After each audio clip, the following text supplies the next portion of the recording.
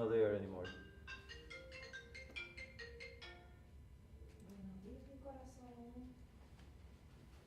Check. Okay. Micrófono está apagado. Ah, tú estás viendo el boom. Check, 1, 2. Check. Check, check. Louis, you hear that thing on the other side? Yes. Check, 1, 2. I'm gonna go there, Louis, to see if you can hear me there. Sí, sí, mi amor, sí, sí, sí. Recuerda que por Check, eso te check. dije que hasta las 6:30 estuve trabajando ayer. Like, check, check, check. Yeah, Louis. Hello? Check, 1, 2. Check. You hear me there? Oh, it's a delay. Big time delay. Final touches. No, it's big delay. Yeah, it's supposed to be because you're listening from YouTube. It's like 20 seconds, like 3 seconds delay. That's actually pretty good, considering that you're watching it from YouTube, it's going out to the internet, and then you're catching it here, so that's not bad. No, no lo justifique más. Hay delay. Y es como un léxico. Well, I'm going to the back. Yeah. Don't worry, and I have to make him a copy too of the honor guard, order, how they're gonna present honors. Yes. I'll let him know that right now. Thank you. Yes. Do you need anything else? No, I'm finishing up putting out the essays, so we're good. Thank you. What happened with this right here? With the light? We need more lights. Yes.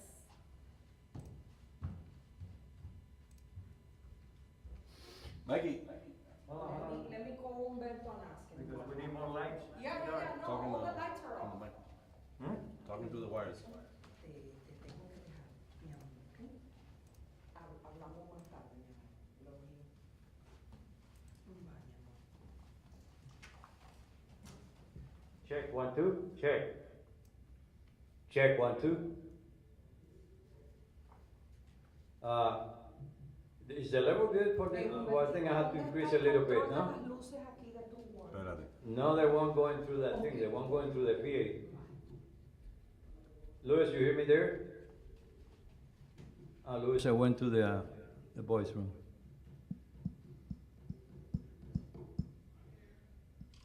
You there? Okay, good. I hear it here. Okay. I don't know, it's plenty of level for 80 people, 70 people, I don't know how many people. Oh, come on. Yes, Louis. Okay, as long as what? No, okay. No, you would. I don't know. I don't. For some reason, I hear the level lower than the other day. So maybe I'm going to increase the power amp a little bit here on this side. Okay. Hello, and maybe you have to adjust the 80s again. You hear me? They're going to turn on the lights here. They're going to turn on the lights. So it's going to be more. Hold on. Let me give more to them.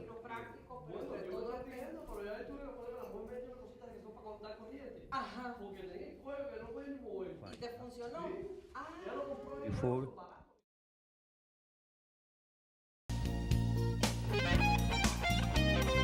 Too much. Check, 1, 2. Check.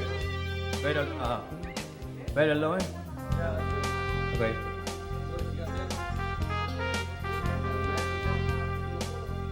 Masking tape.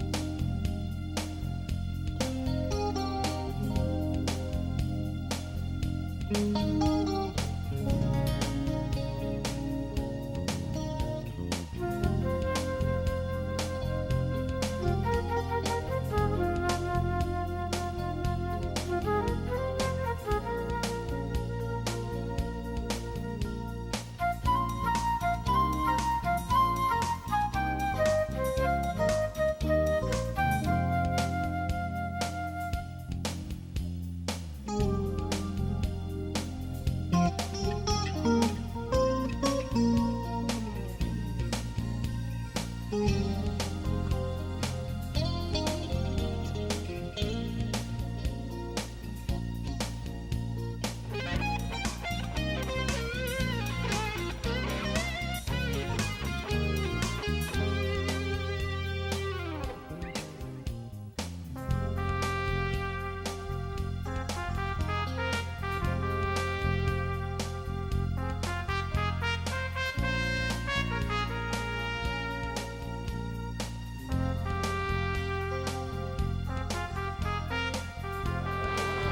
gonna go take a peek over there and see.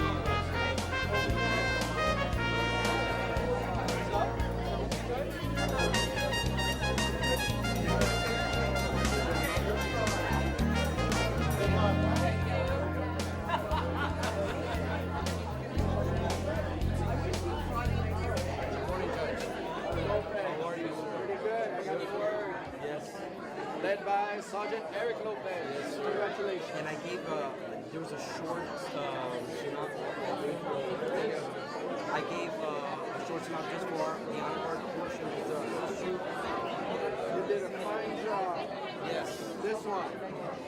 Yes, that's yes. Everybody stand up. Perfect, yes. And it's only men, huh? No women? Everybody's only women. I'm an equal opportunity, so I would have definitely put one on the team if they would have volunteered. So are you forming the So everyone Miami Beach this fall? right. So the only person who's here, yeah, so here's no. Right. So just the portion, this is just when you're introducing everyone please rise for the presentation of by the Miami Dade Police Department. And then you're going to hear me say all of our children, we're going to march into the place. They're going to say everyone please remain standing for the police led by the bailiff of the Connecticut Justice Center. Then you're going to hear me, and then at that point you're going to hear me say present arms. The bailiffs are going to commence with reciting the Pledge of Allegiance. Once they are done saying the Pledge of Allegiance, you're going to say coat of arms. You're going to say everyone please remain standing as Cameron Wheeler will now sing the national anthem. Miss Wheeler will then commence singing the national anthem. And when she is done singing the national anthem, I will say, once again, I will say coat of arms, dropping our salutes. You will then say, honor guard, please retire the colors. And then I will take, and then these will be leaving the courtroom. And then from there, you don't no longer have to look at the stage, and you will commence with the rest of the script. This is just to say, honor guard present the colors before you yes, yes. No, this is my cue here. When you say everyone please rise for the presentation of colors, at that point we're going to be standing here this whole time because this ceiling is too low and I can't march in. So we're going to be waiting here while you're talking. So as soon as you say everybody please rise for the presentation of colors, that's going to be my cue to bring us to attention, lift our flags, and then we're going to march into place. And then at that point, we're going to what you say as you present the bailiffs. We're going to present our colors, order colors. The singer comes out, present colors, order colors, and then we say retire the colors. Then I'm going to take my team out of the color. Simple. Not complicated at all. There you go. And I know that's how you like to conduct your courtroom. I know you can. Too easy, Judge. Thank you all so much for being here. Thank you, Judge. Awesome, you were great. Thank you for being here. Appreciate you. Try to sacrifice your best. You guys stay at the PGA.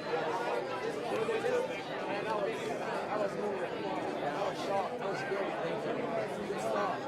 Yeah, I was sitting at table number 97. I was sitting here. Yeah, right across from you. My wife was in the plane. I was sitting across from the top. It took me a while to change while we were in the top.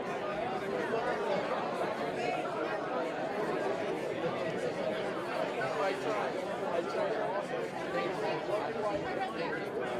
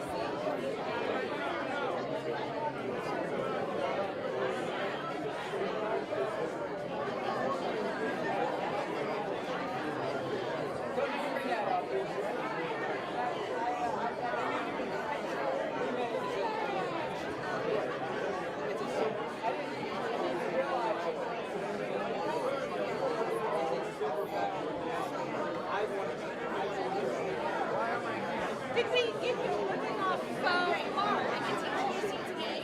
Fred? It was good. We left town.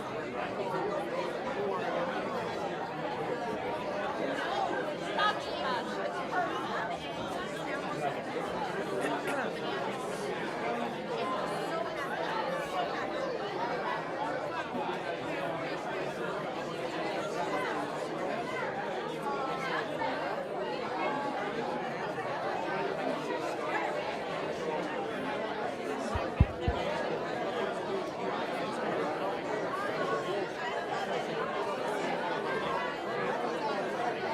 Hello, everyone. Everyone, can you please take your seats now? We're about to start. Attention, everyone. Everybody, please be quiet. You need to take your seats. We're about to start.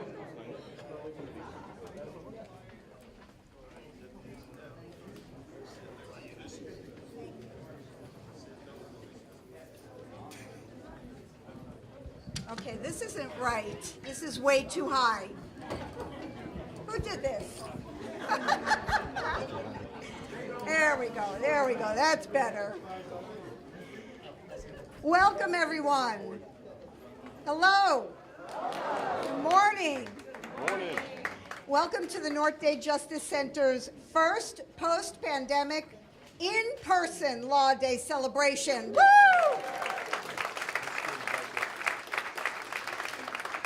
I'm Judge Linda Singer-Stein, and together with the wonderful Judge Miriam Lear, we are so happy to see you all. We want to introduce you to our co-chairs.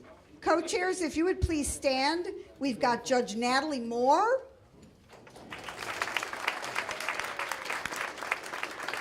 Judge Ayanna Harris, Judge Chaka Ekwaba, and Judge Fred Serafin.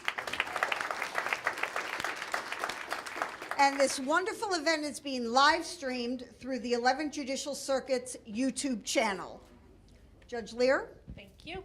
So for over 25 years, the North Day Justice Center has been celebrating our nation's commitment to the rule of law.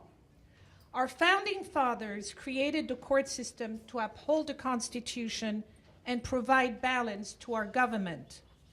That is why Congress in 1961 officially designated May 1st as Law Day. The theme this year is Toward a More Perfect Union, the Constitution in Times of Change.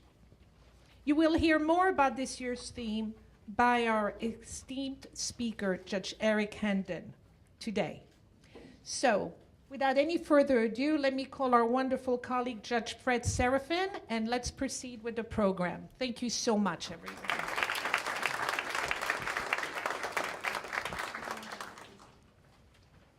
I may want to put that in here. Good morning, everyone.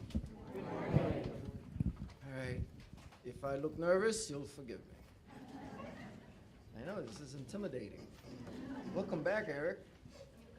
This used to be Eric's home, and this is my buddy, and love him to death. Thank you. Good morning, everyone, and I am going to begin by asking you all to please stand up and make welcome the Miami-Dade Police Department Honor Guard led by Supervisor Sergeant Eric. Oh, I have to have it here. I have to start all over again? Okay. Oh. Make room for the, make room, cool. No, I'm not done. A lot more to say. It's very important that we recognize the gentlemen who are here representing all of our brave police officers, law enforcement officers. And they're here to present the colors led by Supervisor Sergeant Eric Lopez. Honor guard, out 10, hoop. Air read, color, outward, arch, out, level, on, level, on, level, on,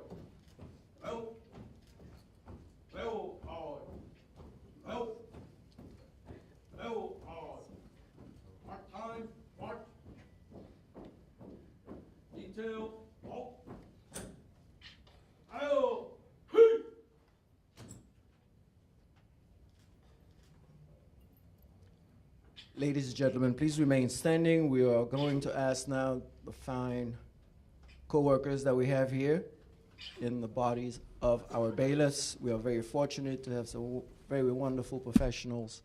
They'll be here to lead us in the pledge. You gotta be.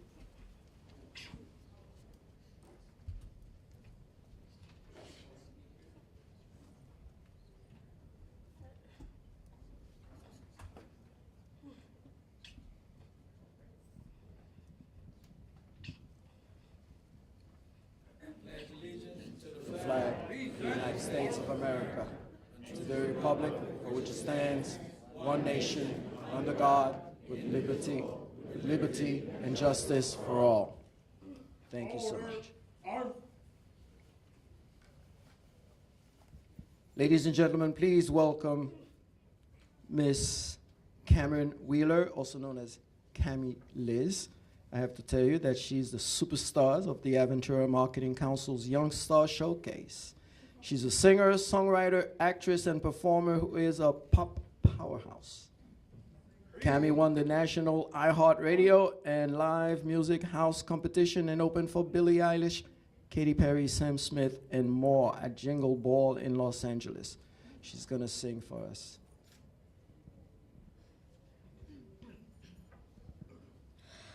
Oh, say, can you see by the dawn's early light what so proudly we held at the twilight's last gleaming, whose broad stripes and bright stars through the perilous fight o'er the ramparts we watched were so gallantly streaming, and the rocket's red glare, the bombs bursting in air, gave proof through the night that our flag was still there.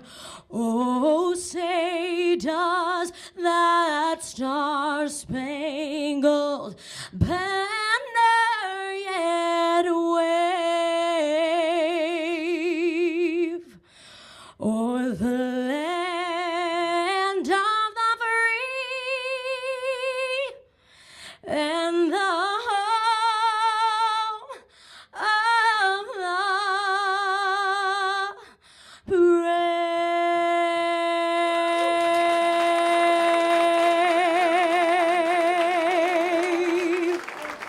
Thank you. Thank you, Cammy Liz. How awesome.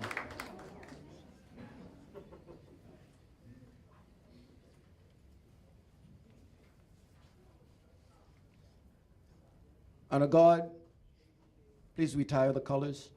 Carry. Color. Lloyd. Peace. Forward. March. Left. Left. Left. Floyd. Left. Left. Floyd. Left. Left. Floyd. Wait. Left. Left. Floyd. Left. Left.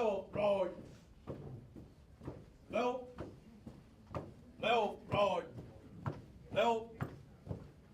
Left. Floyd. Left. Left. Floyd. Left. Left. Floyd. Please be seated, everyone.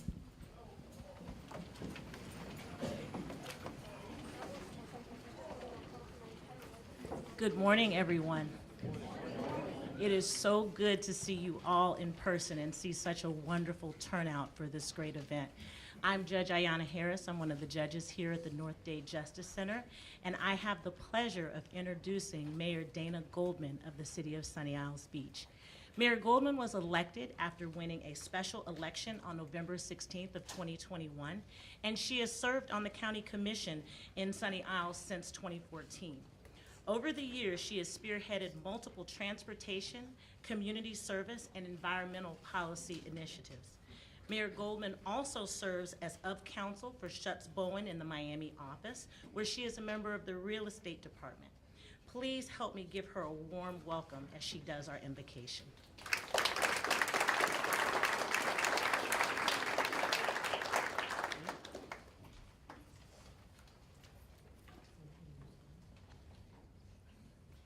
Good morning.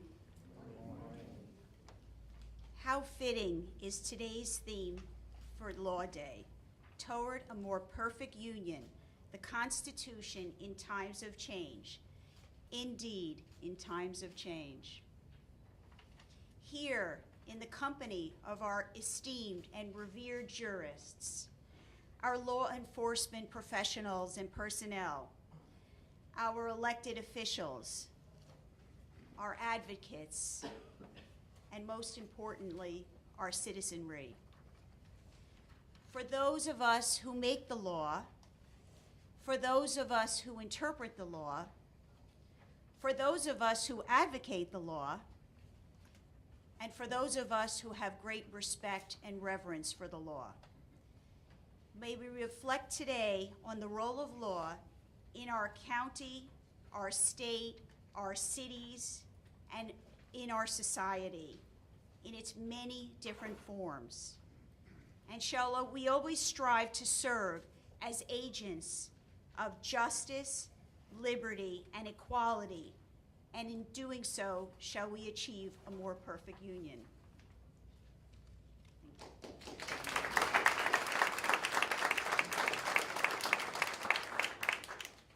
Good morning, everyone. I am Judge Natalie Moore. I work up here in the North Day Justice Center. It's great to see so many good friends and so many new faces here with us today for Law Day. I have the honor of welcoming Commissioner Sally Heyman. Miami-Dade County Commissioner Sally Heyman is a great friend of the courts, and she displays untiring energy supporting human rights issues, funding for social services, and she's a strong advocate for the protection and care of women and children. She is retiring at the end of this term, and we are sad to see her go, but she will always be a good friend to all of us here in the courts. Please help me in welcoming Commissioner Sally Heyman.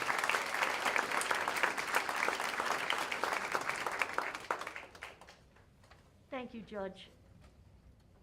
Do you love this mask? RBG.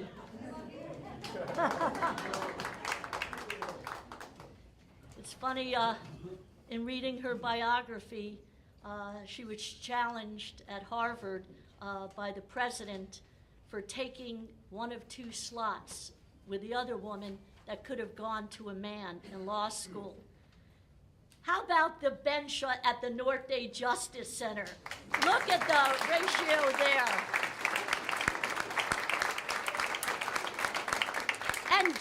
And gender has nothing to do with great justices, so thank you.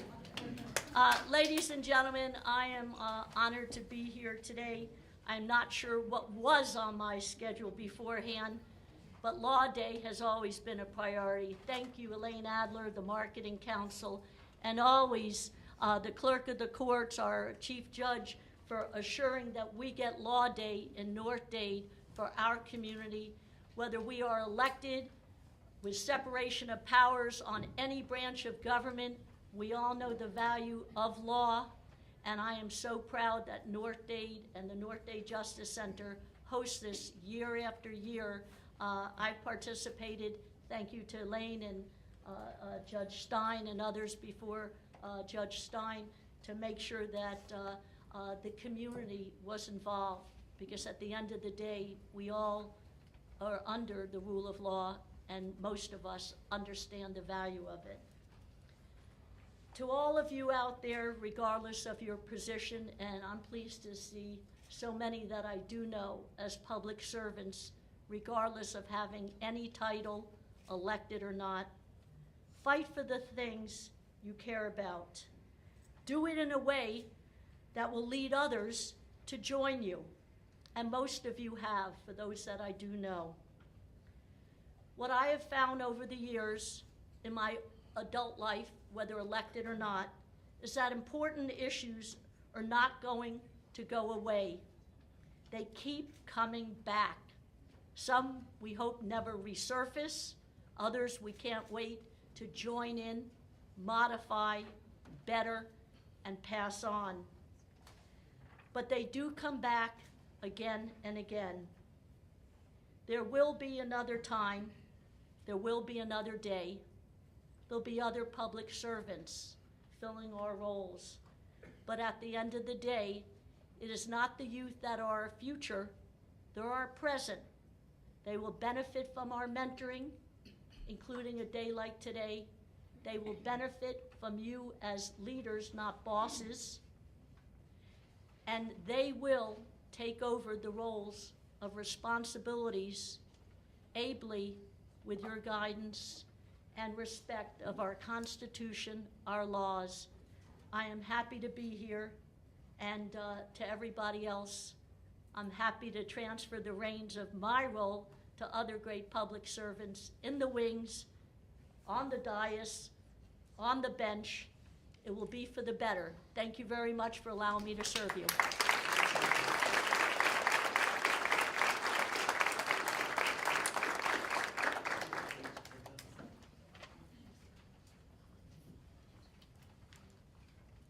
I was born privileged, but never more so than now. I'm the only man working with all these powerful women minds, and they keep me online, and I get their wisdom and experience. Thank you, God, for doing that for me.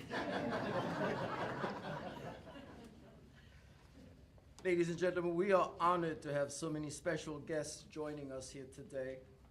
I'm going to ask you to please hold on to your applause. We're going to read the names, but I insist it's an order that you hold your applause until the end, please. Of course, we just heard from Commissioner Sally Hayman, a dear, wonderful public servant, as everyone else that I will call. Please forgive me if I mispronounce your name. I have this New York and Haitian thing happening, so.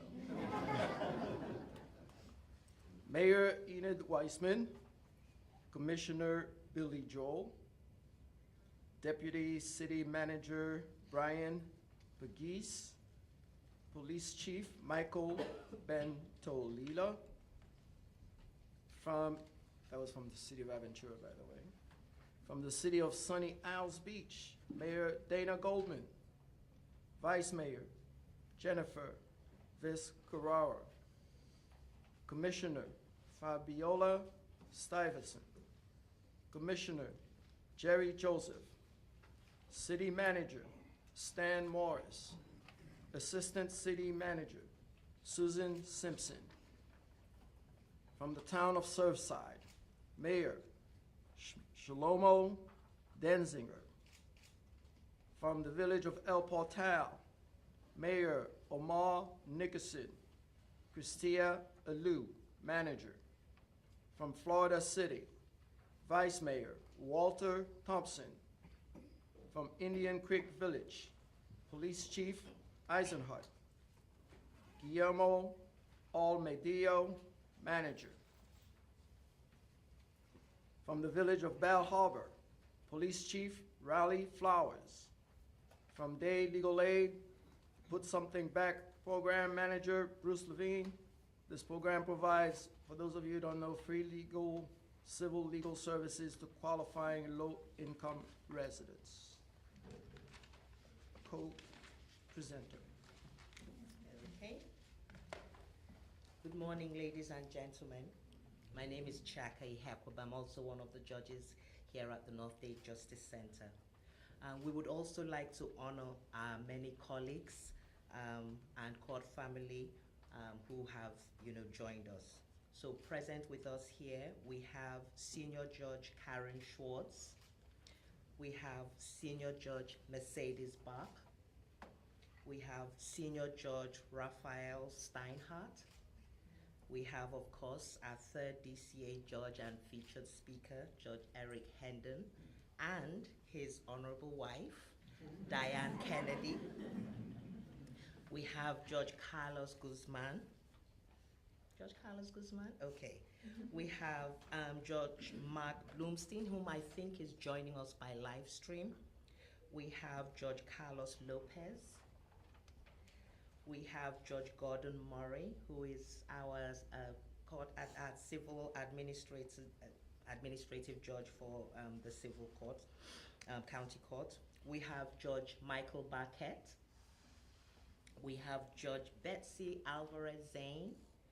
We have Judge Julie Harris Nelson. We have Judge Maisha Darrow. I think she stepped outside to take a call. We have Judge Christine Van Deen, who I believe is also joining us by live stream. We have Judge Jacqueline Woodward, who I know is joining us by live stream. We have Judge Luis Perez Medina. We have Judge Marlene Fernandez Caravetsas, who I know is joining us by live stream.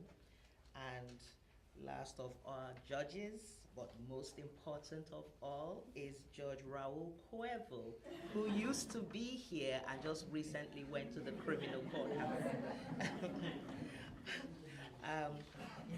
I also want to acknowledge our court family, our guest list from the Clerk of Courts, and present with us, we have Luis Montaldo, who is the Clerk's Office General Counsel.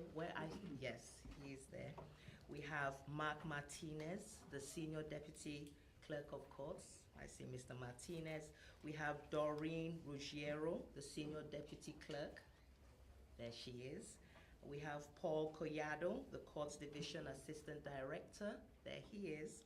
We have Carissa Nguyen, the manager from the Joseph Caleb Center District Court.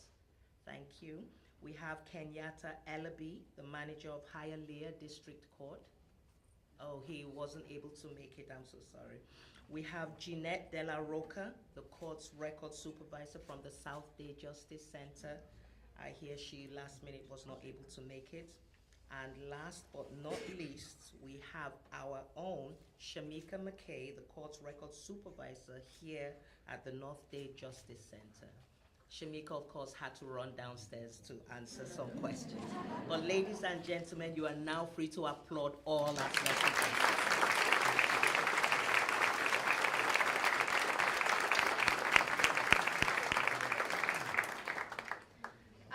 We want to thank the people and organizations that have made Law Day 2022 possible, but I have a note here that says do not stop for applause, so please hold your applause till the end. We want to thank, but if you are here, stand up so we can all say hello. Cheryl Berkowitz, she's a partner at Fenster, Scheib & Berkowitz. She is always a Law Day sponsor, and we're delighted she's with us today. We have to partnership. All right, but when Elaine yells at me? All right.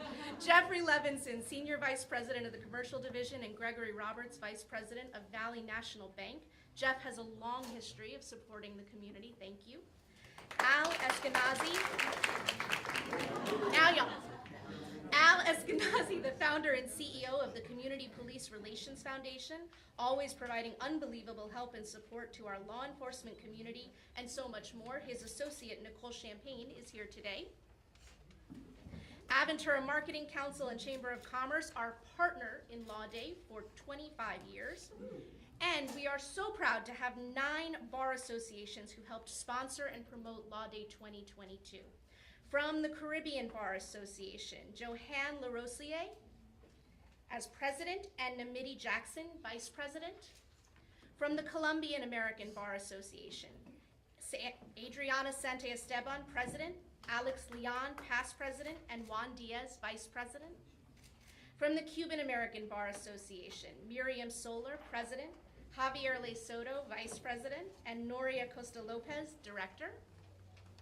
From the Florida Association for Women Lawyers, the Dade County chapter, Kristen Dretra Paz, president, Diana Mendez, president-elect, and Andrea Benjamin, treasurer.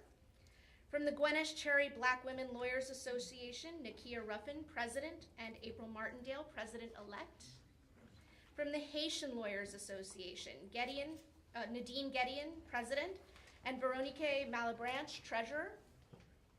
From the North Dade Bar Association, Rick Chisover, president, Russ Lazega, past president, Esther Blinn, the essay contest chairman, and Michael Blinn, the former North Dade Bar Association president. And from the South Broward Bar Association, Hacord Curry, president, Ben Pratano, past president, and Chris Tacito, vice president.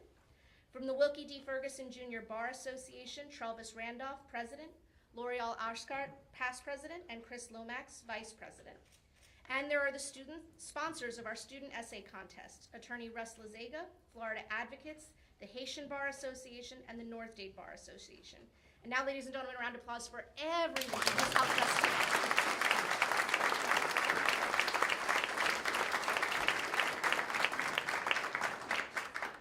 I'd like to call up Braulio Rosa and Russell Lazega from the North Dade Bar and the South Broward Bar Association. They're going to talk to us about our student essay contest and announce the winner.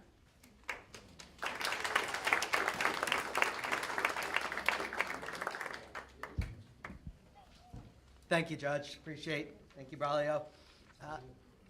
This contest is old, ancient, I'd say. So ancient that I was sitting in chairs like that as a recipient, as a winner, many, many years ago. And I've had since the pleasure, including today, of meeting incredible future leaders in law and government who started with the spark here today of writing about our government and our Constitution. And I just want to say how proud I am of those kids. You are our future, folks, and our future looks really bright. That said, I'm proud and pleased to announce our winners. I'd like to have y'all come up when you're called for a photo op. And if your parents or teachers are here, it doesn't happen. Their success comes from you and your support, so please come and take that photo with them. I'll start with our honorable mentions, and please come up when your name is called. Seth Cohen, Norman Edel Cup K-8 Center. Seth, if you're here, please come up. And again, our kids have standardized testing today, so we were only able to get some of our winners here today. Doctors Charter School, Avril Suarez, honorable mention. Avril, if you're here today, please come on up. Sebastian Espinosa, Highland Oaks Middle School, grade 7. Riffiner Preble, Andover Middle School, honorable mention, grade 7. Riffiner, if you're here.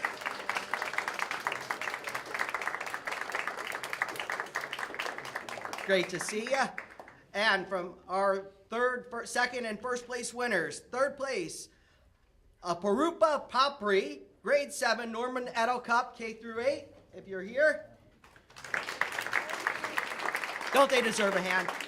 Our second place winner, Anastasia, I'm usually good at names, Mirishkanoko, grade 7, Aventura Waterways. Anastasia, if you're here. And our first place winner, and I know she is here today, Ariel Joseph, grade 7, Doctors Charter School. And I heard you have your dad with you. Come on up, proud dad, you deserve it. A big hand for our kids, and thank you. It's always a pleasure every year to sponsor.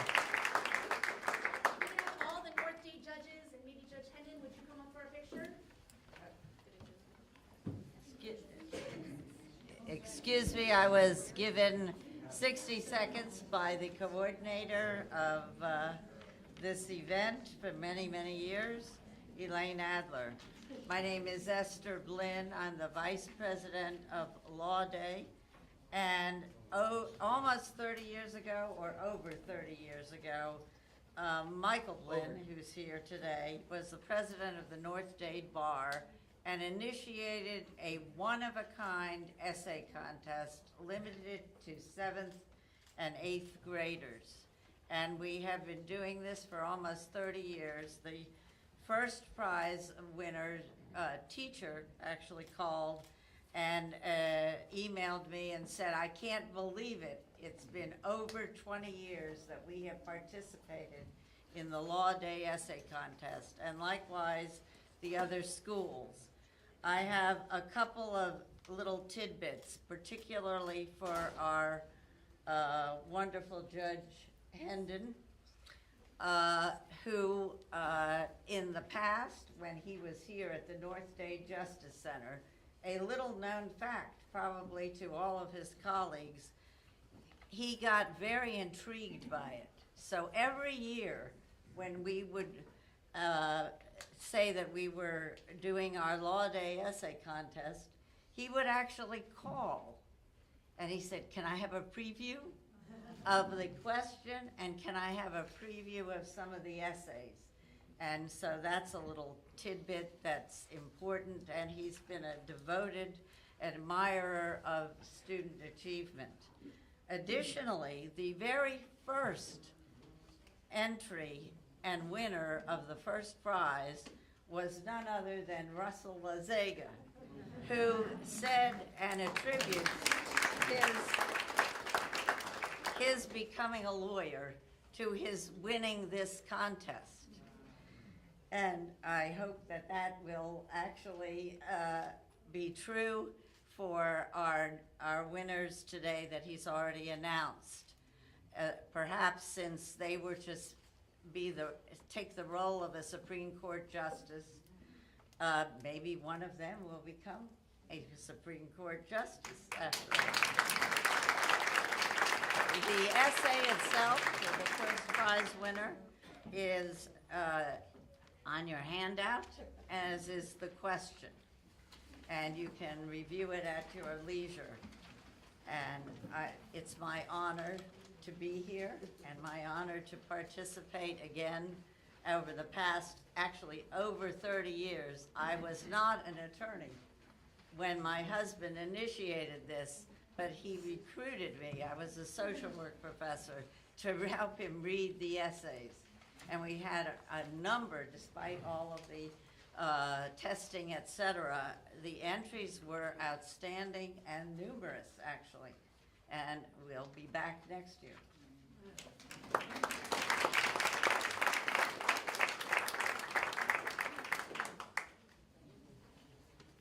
Can we get one picture? Everybody come to the side. Come over, come over, come over, come over, come over. Out from behind the podium. Come.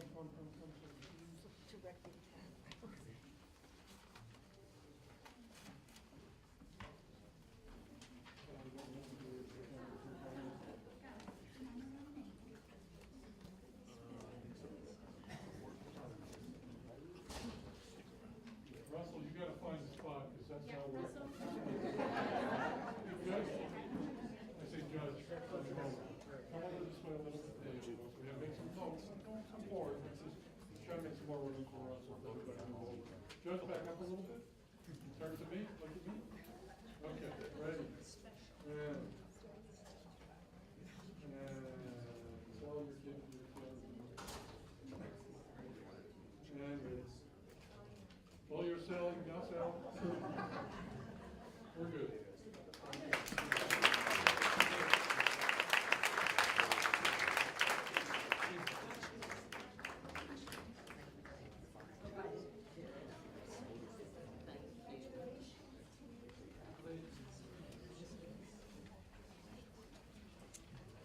Hello again. It is my great pleasure to introduce my longtime friend, Sabrina Puglisi. Now, when she spoke on behalf of the Miami-Dade County Bar at my investiture in December, she took that opportunity to roast me. I'm going to go ahead and resist the urge to do the same and just read her bio as it was given to me. Sabrina Puglisi graduated from the University of Miami School of Law, and she has been a Florida board-certified criminal trial attorney since 2008.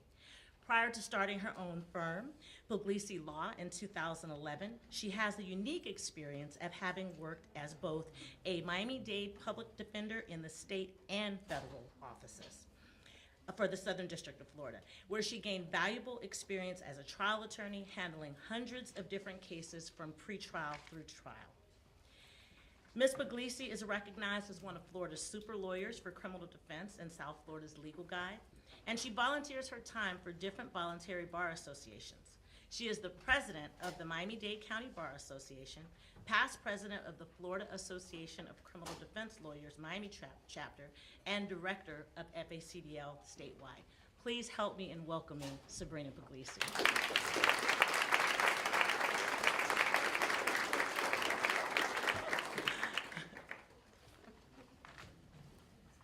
Good morning, distinguished guests. It is such an honor to be here today to be able to celebrate Law Day 2022 with all of you.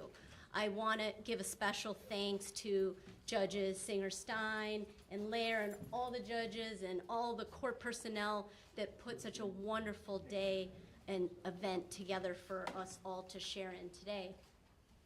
In 1958, President Dwight Eisenhower said that we as a nation should remember with pride how our laws help people to be treated fairly and how our laws have inspired other countries to treat their citizens fairly. Now, one of the tenets that our founding fathers declared in the Constitution was that we, the people of the United States, in order to form a more perfect union, establish justice. Now, Law Day is a day that has been designed to help people understand how the law keeps us free and how the legal system strives to achieve justice. Now, in the last 2 years, the pandemic has no doubt affected every single one of us in various ways. As a criminal defense attorney, I can tell you that it has personally affected so many of my clients, many of whom have been incarcerated, unable to see family and their attorneys because of lockdowns, court system closed because of the pandemic, not able to have jury trials because they were suspended. All of these things affected them greatly.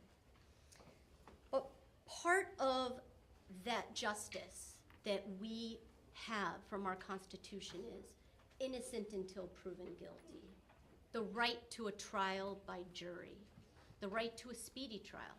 Now, the pandemic and always, the safety and health of our people is of primary importance.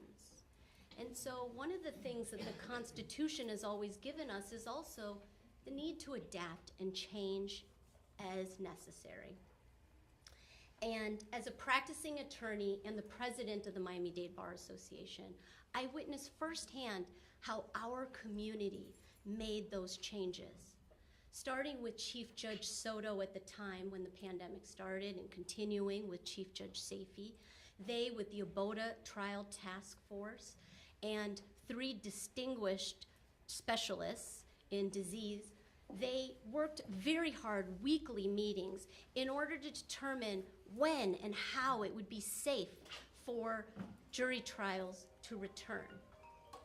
They worked on how to get courts back up and running again.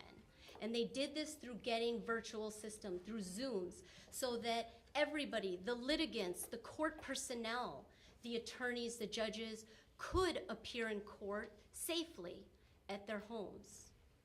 And the Miami-Dade Bar Association and all of the voluntary bar associations, we transitioned to providing more virtual CLEs so that we could continue to help the attorneys in our community be the best at what they do and stay up to date on their practice area.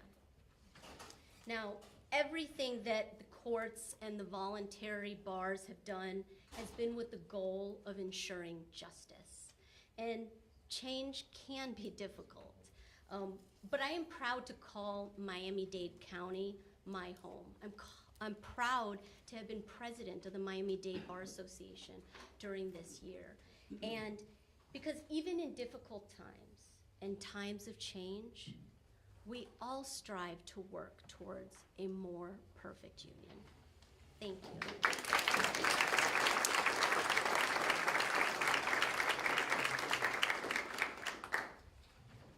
Hello everyone, my name is Max Stein. I'm Judge Stein's son, and I recently finished my first year of law school at St. Thomas University College. The judges at the North Dade Justice Center especially want to acknowledge the outstanding accomplishments of St. Thomas University College of Law as demonstrated by their distinguished alum, including many lawyers and judges, even particularly North Dade's own Judge Hekwaba. We are very pleased to have several representatives from the school here today, including the president of the university, President David Armstrong, Chief of Staff Tamara James, Dean of the Law School, Dean Tamara Lawson, who I think didn't make it today, but she's here in spirit, Dean Fernandez, Dean Dykes, Professor Kravitz, Professor Rock,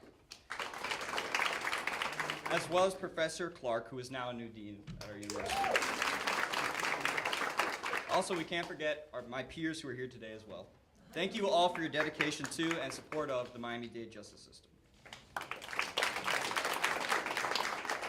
The last time I participated in a law day program was back when I was around 10 years old. When I went to deliver my speech, I couldn't even see over the podium. As usual, Elaine Adler solved the problem by giving me a step stool, and now I'm happy to say I can finally see over the podium. Just like I have grown, the justice system has also advanced and adapted to the changing times. Growing up around my mom's chambers, I remember seeing piles of paperwork overflowing from her desk. And as the pandemic struck, my mom as the administrative judge, as well as all the county court civil judges, went into high gear, shifting from in-person hearings to a virtual platform with lightning speed. I, along with my law school colleagues, experienced these difficult times firsthand as well while going into law school towards the end of the pandemic, dealing with masks, COVID testing, and Zoom classes. These were all things no one expected, yet St. Thomas did a great job at facilitating a learning environment through these challenging times. As I've been told many times by my professors, the Constitution is a living document. Given the uncertainty and changing expectations in the legal world, our profession needs to live up to the words by seizing the opportunities that these new advancements will bring. Clearly, our goal is to provide the best representation for our clients, and one of the great results of the technological advancements is the ability for lawyers to zealously represent their clients productively and cost efficiently. Given these times of change, I am extremely proud to be a law student at St. Thomas University, and I'm looking forward to joining the esteemed members of the bench and bar in Miami-Dade. I'm also grateful because Judge Eric Hendon, who is our featured speaker today, offered me a once-in-a-lifetime opportunity to be his intern this summer. Thank you very much for your time. And thank you all.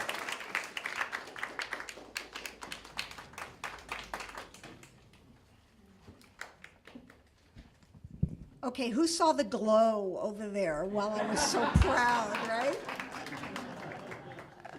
I too want to thank St. Thomas University and the School of Law for being here today. We're very proud that you are our neighboring school, and thank you so much. It's an honor for you to be here with us.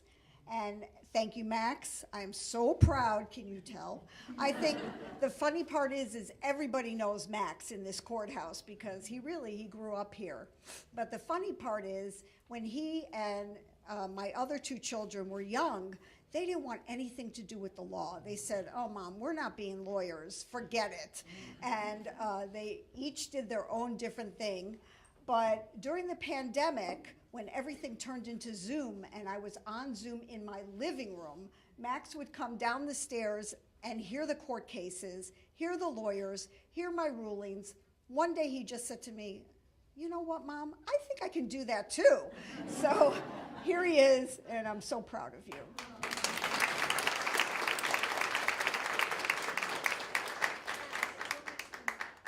Oh, a picture?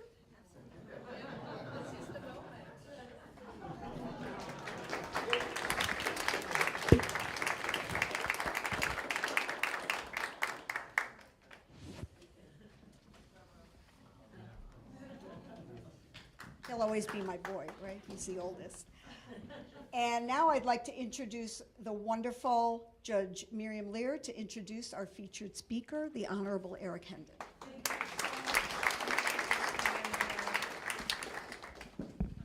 Good morning again, everyone.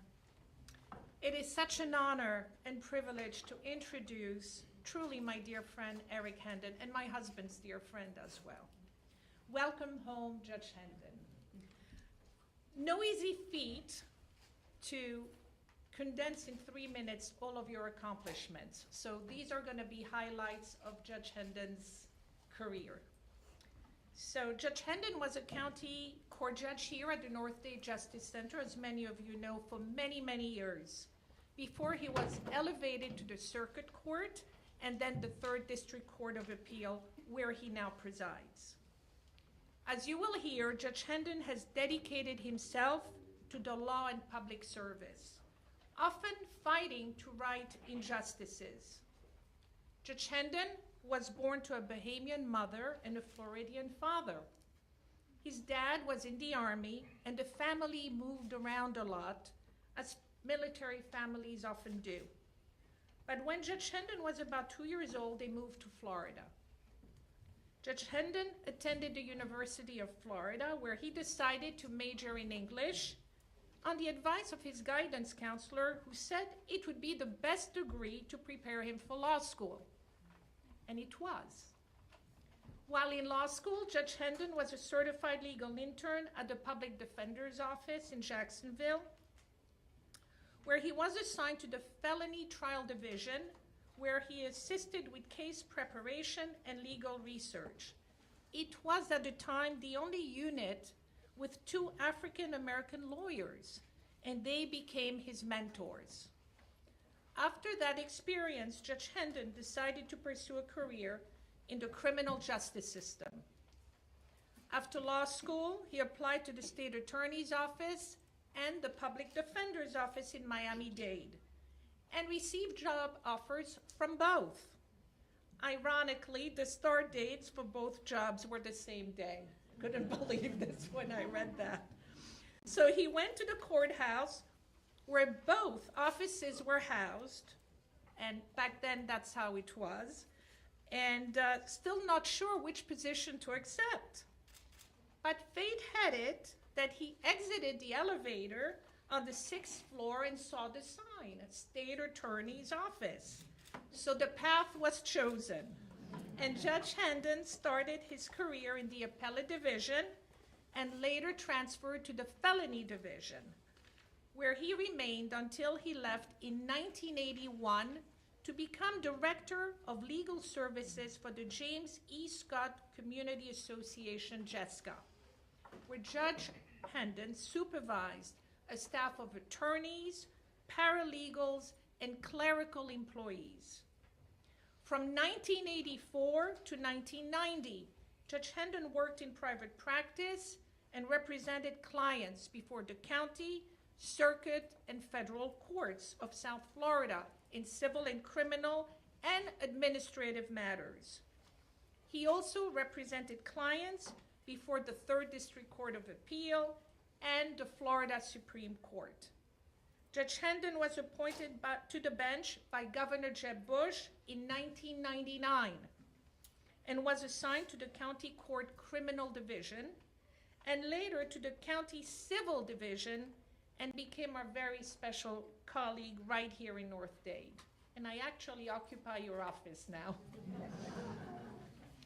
In 2012, Governor Rick Scott appointed him to the Circuit Court, where he served in the civil and criminal divisions.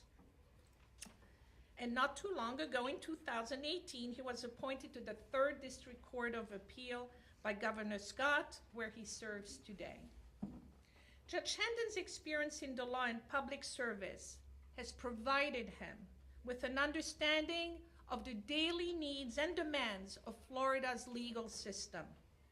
Judge Hendon has another very important connection to the state attorney's office, as he met his beautiful wife, Diane, that I consider a friend as well. Welcome, Diane.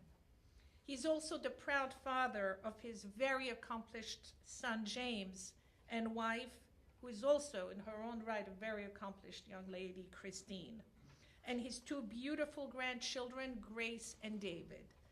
So, Judge Hendon, take the podium. Welcome home. We are thrilled to have you.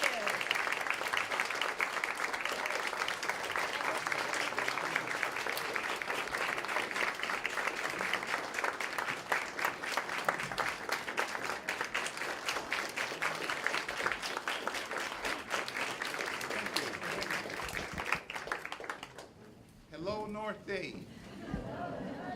Is glad to be back. Glad to be back. This is home.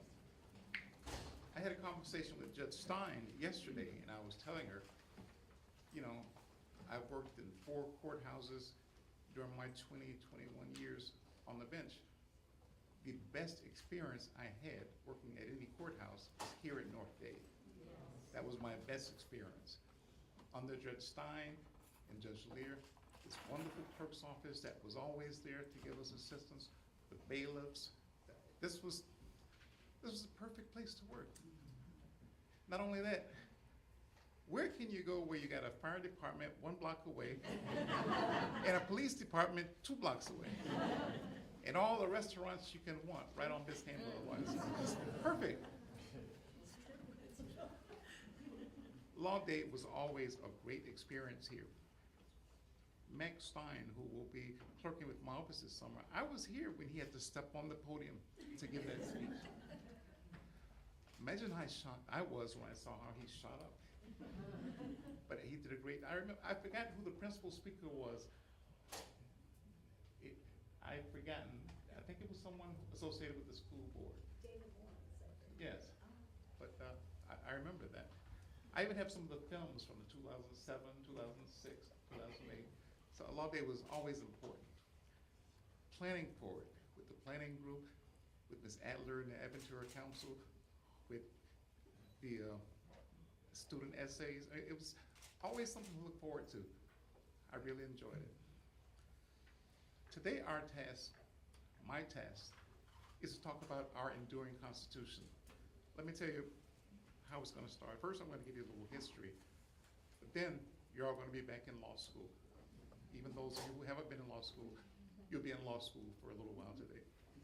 So I'm going to discuss 5 cases to show how our Constitution, written 231 years ago, is as relevant today as it was then. Let's start with the history. I'm not a law professor, so I'm going to read my remarks. The early settlers of this country came here from several European countries, including Great Britain. There were also many indigenous tribes that were already here when the settlers arrived. Over the years, although many other nations attempted to hold sway over this land, Great Britain ended up supervising all of the colonies.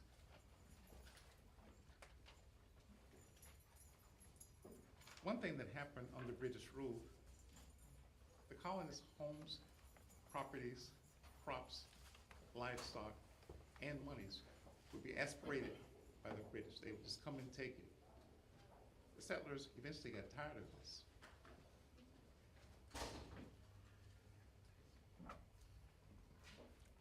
Back then, even the British soldiers would come if they wanted to move you out of your house, take over your property.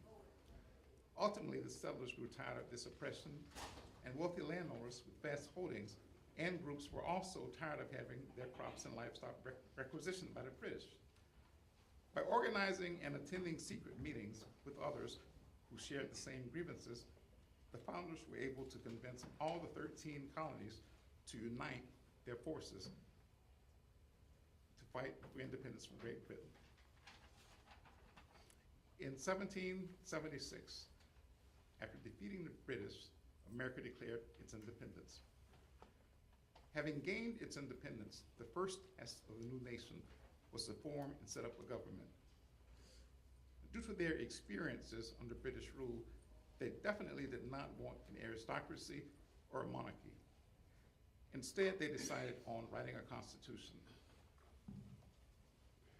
The men who drafted and proposed our Constitution are commonly referred to as the Founding Fathers. These were indeed an eclectic mix of individuals. Though many of them were wealthy plantation owners and businessmen, this group also included military leaders, politicians, writers, and rebels. In drafting our Constitution, their goal was to insert basic or essential principles that hopefully could adapt and adjust to the inevitable changes this new nation would undergo. In other words, they wanted this Constitution to be flexible. After the initial document was drafted, there was much discussion and debate concerning whether the people of the various colonies would agree to be governed by this Constitution and feel assured that they would not suffer the same oppression, mistreatment, and atrocities as they did while under British rule.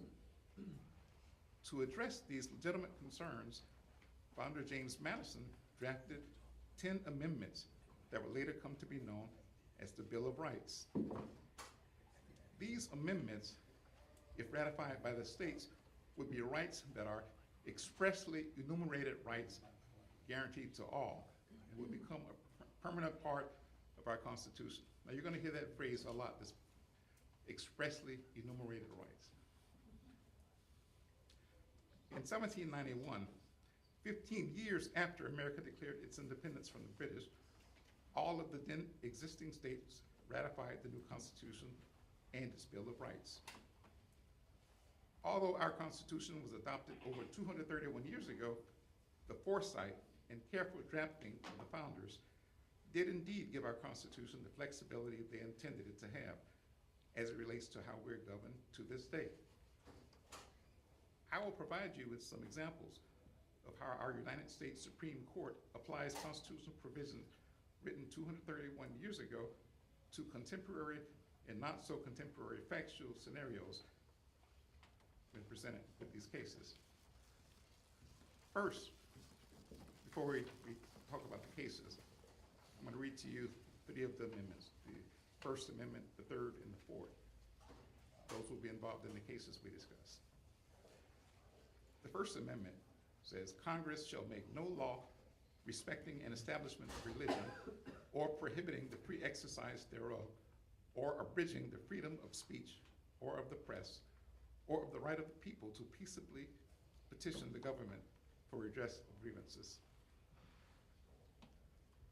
The Third Amendment says no soldier shall in time of peace be quartered in any house without the consent of the owner, nor in time of war, but in a manner to be prescribed by law. And the Fourth Amendment, the right of the people to be secure in their persons, houses, places, and effects against unreasonable searches and seizures shall not be violated, and no warrants shall issue but upon probable cause supported by oath or affirmation, and particularly describing the place to be searched and the persons or things to be seized. Now we get to the case law. This first case is about our constitutional right to the free exercise of religion. This is the case of Cantwell versus Connecticut, decided by our Supreme Court on May 20th, 1940. Jesse Cantwell was a practicing Jehovah's Witness who resided in the state of Connecticut. One of the teachings and fundamentals of his religion is that they practice their faith by preaching or witnessing the virtues of their faith to other individuals to educate them about their religion with dialogue, reading materials, and sometimes audio recordings that discuss their religion. They also generally solicit donations from the people they interact with to help support their ministry and their mission. At that time, the state of Connecticut had a statute that required anyone soliciting funds to obtain a state-issued certificate or permit from the Secretary of the Public Welfare Council before they could solicit funds from the public. Before a certificate of this type could be issued, the secretary had to determine whether the cause was a religious one or was a bona fide object of charity or philanthropy, and whether the solicitation conformed to reasonable standards of efficiency and integrity. Under this statute, if the secretary determined that the cause is legitimate, a certificate or permit to solicit could be issued. One day, Newton Cantwell and his 2 sons were preaching or witnessing in a neighborhood in New Haven, Connecticut, going door to door with their books, pamphlets, and portable record player. Although they did not have a permit or certificate, they approached 2 citizens and with their permission, played the recordings to them. Afterwards, one of the citizens called the police on them. The Cantwells were arrested for being in violation of the Connecticut statute and for breach of the peace by playing their record player. In court, the Cantwells argued that to require them to get a certificate or permit from the Secretary of the Public Welfare Council would impose a prior restraint on the exercise of their religion. They were convicted in the state court, and their convictions were upheld by the Connecticut Supreme Court. Since the free exercise of religion is a, wait on it, right enumerated and guaranteed by the Constitution, the United States Supreme Court heard their case. In reversing and overturning their convictions, the Supreme Court held that the Connecticut statute, as applied to the Cantwells, deprived them of their liberty without due process of law, in contravention of the 14th Amendment. The fundamental concept of liberty embraced in that amendment embraces the liberties guaranteed by the First Amendment. The First Amendment that I read to you declares that Congress shall make no law respecting an establishment of religion or prohibiting the free exercise thereof. The Cantwell case that was decided nearly 150 years after our Constitution was adopted was the first case in which the Supreme Court applied the First Amendment freedom of religion rights to the states by way of the due process clause of the 14th Amendment. That's the first case. We got 4 more cases to go. The next case involves the First Amendment's right of the people to peaceably assemble. This is a case from our Supreme Court, U.S. Supreme Court, in the case of Coates v. City of Cincinnati, decided June 1st, 1971. The City of Cincinnati, Ohio, enacted an ordinance making it a criminal offense for 3 or more individuals to gather on a public street and conduct themselves in a manner annoying to persons passing by. Coates, a college student, along with others, were picketing in regards to a labor dispute. Officers from the Cincinnati Police Department arrested Coates and the others and charged them with violating the ordinance. The entire group were convicted in the state court, and the Ohio Supreme Court affirmed or upheld their convictions. Since the Connecticut ordinance encroached on a right enumerated in the Constitution, Coates appealed his conviction to the United States Supreme Court. In overturning the conviction, the Supreme Court said that the ordinance violated the constitutional right of free assembly and association. The First and 14th Amendment do not permit a state to make criminal the exercise of the right of assembly simply because its exercise may be annoying to some people. The ordinance before us, said the court, makes a crime out of what under the Constitution cannot be a crime. This ordinance was aimed directly at activity protected by the Constitution. This case shows that mere public intolerance or animosity cannot be the basis for abridgment of the constitutional freedoms of free assembly and association. Stay awake now, we got a couple more cases. With this next case, we address the issue of whether our Constitution will allow law enforcement to conduct aerial surveillance of your property in order to determine if you are harboring contraband.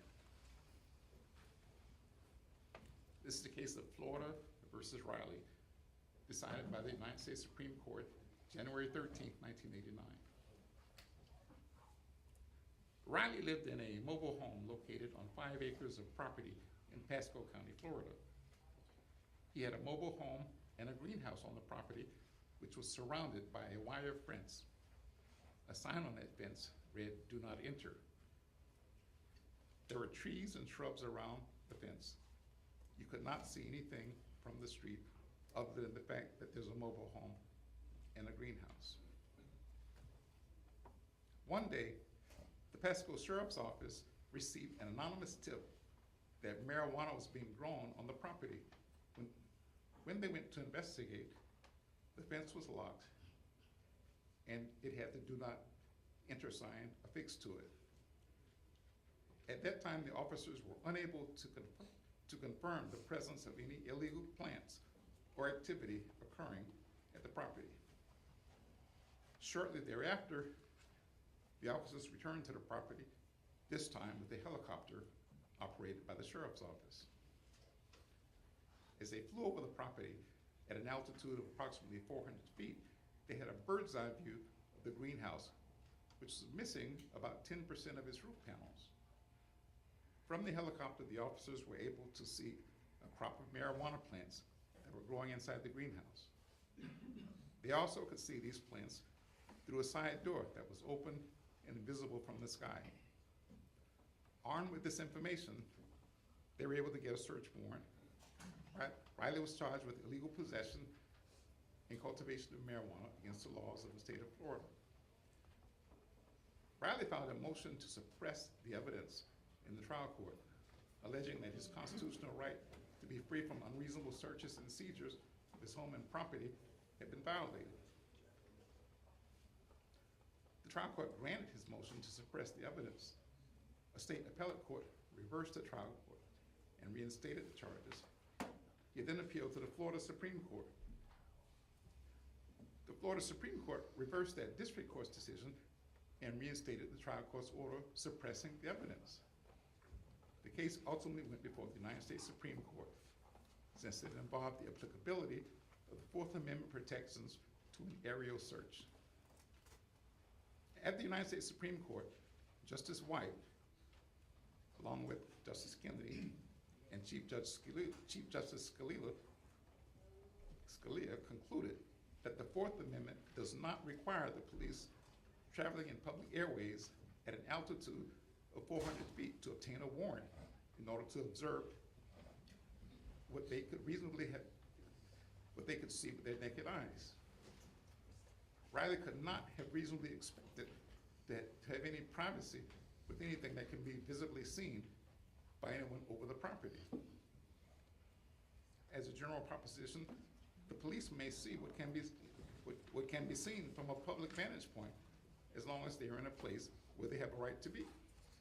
The Fourth Amendment simply does not require a warrant in order to observe what is visible to the naked eye. Now think about it. In 1791, the founders could not have predicted or anticipated aerial surveillance. There were no planes, helicopters, drones, or jetpacks in existence at the time. However, the language of the Fourth Amendment is as relevant now as it was then. Given the circumstances, Riley could not have had a reasonable expectation of privacy with respect to things that could be seen by the naked eye. With this next case, we address whether, without consent, our Constitution would allow your cell phone to be searched for possible evidence of criminal activity without a search warrant having been issued. This is a case of Riley, a different Riley, Riley versus California, decided by the United States Supreme Court, June 14, 2014. David Riley was stopped by a California police officer for driving with an expired tag. During the stop, the officer discovered that Riley's driver's license had also expired. I told you you'd be in law school for a little while here.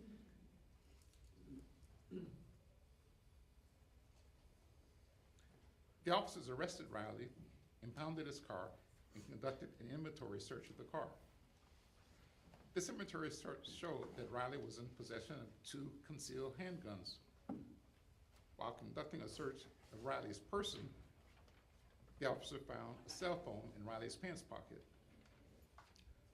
Without obtaining a search warrant, the officer looked at several files and contact lists that were stored in the phone, and they found information related to the possible gang activity and gang violence.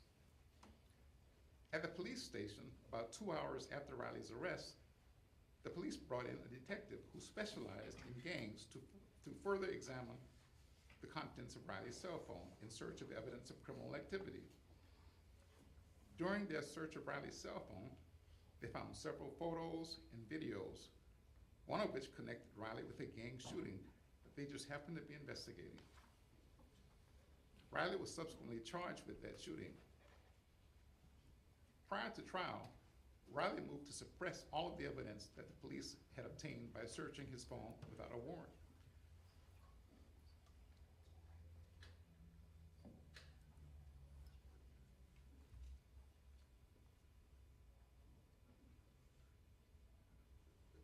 The thing about this search, there was no reason for them to search it because the information in the phone wasn't going anyplace.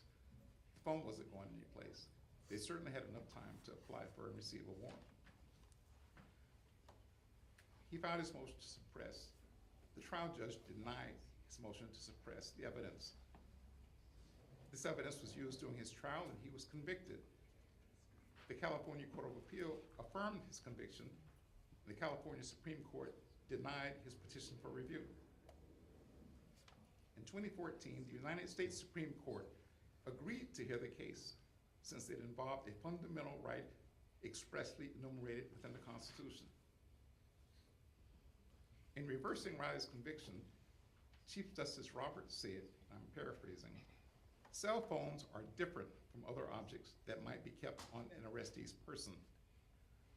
Many of these devices are in fact mini computers that also happen to be able to be used as telephones, cameras, video players, Rolodexes, calendars, tape recorders, libraries, diaries, albums, televisions, maps, or newspapers. Modern cell phones are not just another technological convenience. With all they contain and all they may reveal, they hold for many Americans the privacies of life. The fact that technology now allows an individual to carry such information in his hand does not make the information any less worthy of the protection for which the founders fought. The ruling of the court and the bottom line is that the officers should have sought and obtained the search warrant before retrieving the information from his cell phone. With this next case, and we're almost done, just got I remember being in law school. It was like on and on. With this next case, we address the issue of whether the Constitution would sanction or allow the search of a private home because a trained narcotics dog alerted, signaling the presence of contraband. This is the case of Florida versus Jardines, decided by the United States Supreme Court on March 14, 2013. On November 3rd, 2006, the Miami-Dade Police Department received an anonymous tip through its Crime Stoppers tip line that said that the Jardines residence was being used as a marijuana grow house. When the detectives went to the house, it was approximately 7 a.m. in the morning. There were no vehicles in the driveway. The blinds were closed. There was no observable illegal activity being conducted. 15 minutes later, the dog handler arrived with the drug detection dog. When the handler walked the dog up to the front porch, near the front door, the dog alerted to the scent of contraband. The detective prepared an affidavit and received a search warrant. The search was conducted, and it was confirmed that marijuana was being grown inside the home. The defendant was arrested and charged with operating a marijuana grow house and trafficking cannabis. Jardines filed a motion to suppress the evidence in the trial court in which he challenged the legality of the search, which had been initiated based on the alert of the trained dog. He argued that the search warrant violated his Fourth Amendment right to be secure in his home against unreasonable searches and seizures. The trial judge granted his motion to suppress the evidence. The Third District Court of Appeal, my court, reversed the trial court. Jardines then appealed to the Florida Supreme Court, who reversed the Third DCA and ruled that the trial judge was correct in granting the motion to suppress the evidence. This case eventually worked its way up to the Supreme Court. On March 16, 2012, the United States Supreme Court held that the government's use of trained police dogs to investigate the home and its immediate surroundings was a search within the meaning of the Fourth Amendment. In the opinion, Chief Justice Scalia famously said, "At the Fourth Amendment's very core stands the right of a man to retreat to his own home, and in that place to be free from unreasonable governmental intrusion." In essence, the court said that since the search warrant the officers obtained was given due to the trained dog's ability to alert, it was a violation of his Fourth Amendment. Now, ladies and gentlemen, as with the inability to imagine or predict the existence of airplanes, helicopters, camera-equipped drones, or jetpacks, the founders could not have imagined that there would one day be a professionally trained canine that could detect the presence of illegal drugs from outside a residence. As can be seen in reviewing these cases, our Constitution and the text of the words used in the Bill of Rights are as relevant to our lives today as they were 231 years ago when they were written by the founders. The rights they established and the Constitution they wrote endure to this day and beyond. That is why our Constitution is the oldest surviving Constitution in the civilized world. Thank you all for listening carefully. Hope I didn't bore you.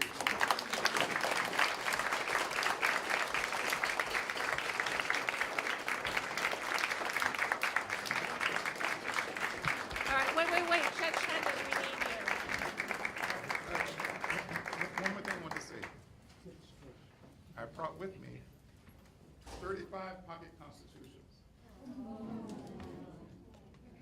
You can come up and have them. It's great. It has everything. It's the Constitution, the preamble, the Bill of Rights, and it's great to have your laws in your pocket. So please feel free to come up and get your own.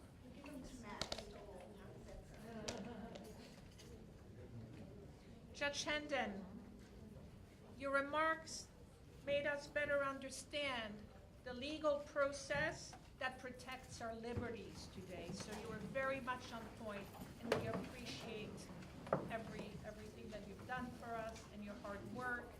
And again, thank you for joining us. And I'd like to call our colleagues, because we have this for you, the sense of time to remember today, and your dear friends and colleagues. And come back and visit soon. I will. For lunch at Moe's.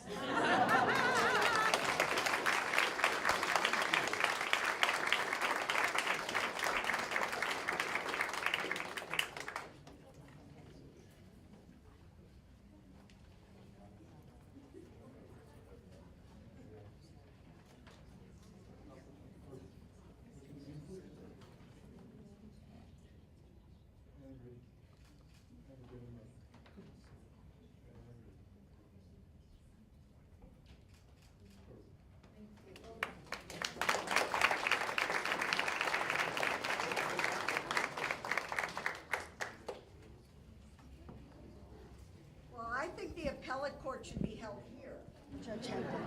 So. Everybody still thinks that I'm the administrative judge. Sorry, Judge Murray. So I'm going to make that decision. You're coming here, appellate court here.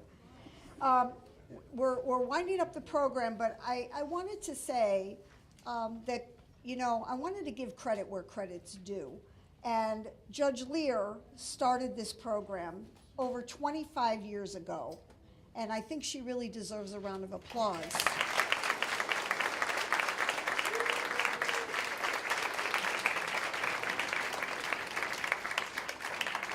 We're a team Yes, forever. we are. we're oldies but goodies, right, Judge Steinhardt? So we also want to thank so many people quickly. This program would not be a success year after year without our forever partner who's hiding behind the flag, Elaine Adler, the president of the Aventura Marketing Council. Thank you, Elaine, for your dedication and support. Now, North Dade is famous for working together as a family, and the courtrooms look so festive, as always, because of the hard work and talent of my amazing judicial assistant, Maria Luisa Matos, who's also hiding.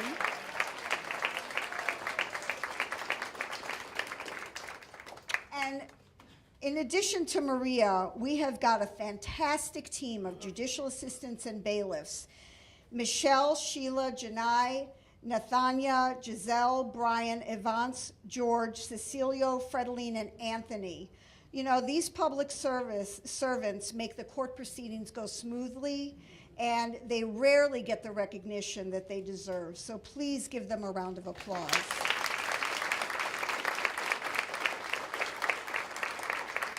And we just have to give a shout out to Mateo Gomez, who's our lifetime intern for about 12 years now. And he just got his MBA from Barry University, so we're very proud of you. In this ever-changing technological era, we're so lucky to have the best IT department that cites with Louis, Michael, and Lohan. Thank you for being here. Thank you for live streaming. We greatly appreciate you. And finally, things run smoothly every day because we have a wonderful building management department. Miguel and Humberto, Luke, Abner, and our dedicated security and liaison officers, Sergeant Wilson, Officer King, and Officer Phyllis. And one more thanks, because we have the Miami-Dade Police Department Intercoastal District who provided extra security for this morning. Thank you so much. This concludes our program, but because we have wonderful law students from St. Thomas College of Law, we invite you all to stay in the courtroom, and please meet them, judges. Please talk to the law students. We'd love to meet you personally. Thank you, everyone, for being here.